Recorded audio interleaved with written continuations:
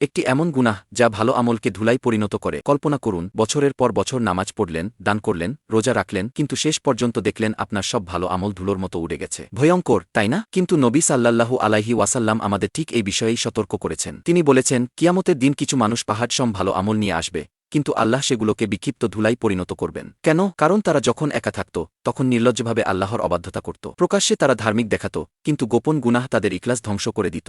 এই গুনাহ শুধু ভুল করা নয়, বরং গোপনে আল্লাহর ভয় হারিয়ে ফেলা। যখন একজন মানুষ আল্লাহর চেয়ে মানুষের ভয় বেশি করে, যখন সে মানুষের কাছ থেকে গুনাহ লুকায় কিন্তু স্রষ্টার সামনে কোনো লজ্জা বোধ করে না। আর এর সঙ্গে জড়িত আরেকটি মারাত্মক গুনাহ আছে, রিয়া, দেখানোর জন্য আমল করা, মানুষের চোখে পড়ার জন্য নামাজ পড়া, প্রশংসা পাওয়ার জন্য দান করা, মনোযোগ পাওয়ার জন্য ভালো কাজ করা। নবী সাল্লাল্লাহু আলাইহি ওয়াসাল্লাম রিয়াকে বলেছেন গোপন শিরক। মানুষের জন্য করা কোনো আমল আল্লাহ কবুল করেন না। আল্লাহ বলেন, তিনি সব অংশীদারিত্ব থেকে মুক্ত। যদি কোনো আমল প্রশংসার জন্য অন্যদের সঙ্গে ভাগ করা হয়, তাহলে আল্লাহ তা পুরোপুরি তাদের কাছেই ছেড়ে দেন। তাহলে আমরা কিভাবে আমাদের আমল রক্ষা করব? গোপনে আল্লাহকে প্রকাশের মানুষের চেয়ে বেশি ভয় করুন। যেভাবে আপনি আপনার গুনাহ লুকান, সেভাবেই কিছু ভালো আমল লুকিয়ে রাখুন। আর সব সময় আল্লাহর কাছে দোয়া করুন যেন তিনি আপনার নিয়তকে পবিত্র করে দেন। কারণ আল্লাহ দেখেন না আপনি কতটা আমল করলেন, তিনি দেখেন কেন করলেন। আপনার আমল রক্ষা করুন, কারণ সেগুলো হারানো কখনোই না পাওয়ার চেয়েও বেশি ভয়ঙ্কর।